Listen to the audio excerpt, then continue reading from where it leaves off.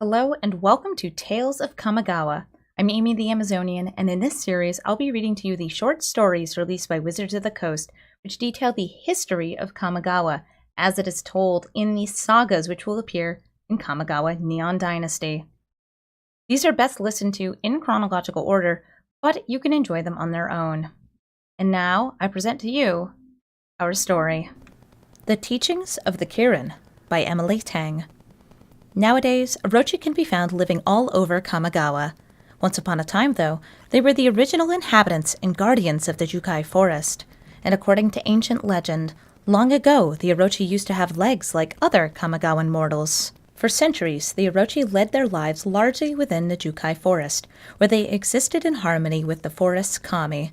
However, the construction of the city, Tawashi, and the destruction of the forest that came with it enraged the kami. They drove out all who had been living within its borders and closed the forest off to everyone, including the Orochi. Cut off from their ancestral homeland, the Orochi struggled to fit in. New Aki inventions and moonfolk experiments with the merging realms had fueled a boom of innovation and new access to power that the Orochis found themselves unable to keep up with.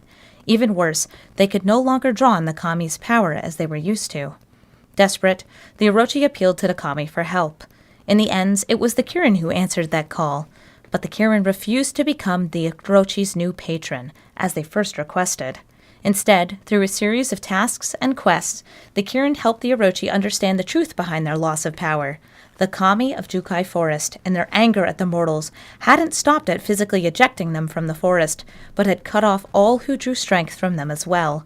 The Orochi could regain their power, but they had to prove their willingness and sacrifice to the forest kami first. They had to give up a set of arms and legs to revert to simpler forms. The catch was that doing so would make integration into modern-day Kamigawa even more difficult. The kami had deliberately set a request they expected the Orochi wouldn't agree to. However, the Orochi surprised them by accepting these terms without hesitation, and even offered to give up their remaining set of arms as well.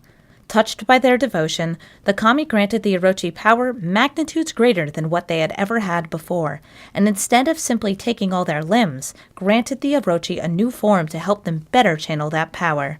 It's unclear how much of this tale is true, and how much of it is Orochi fable meant to impress their young with the importance of the reverence and dedication to the kami.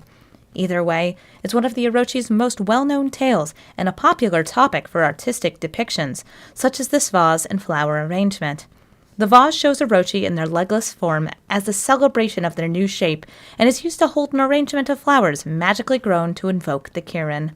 Arrangements like this are commonly found in many Orochi homes.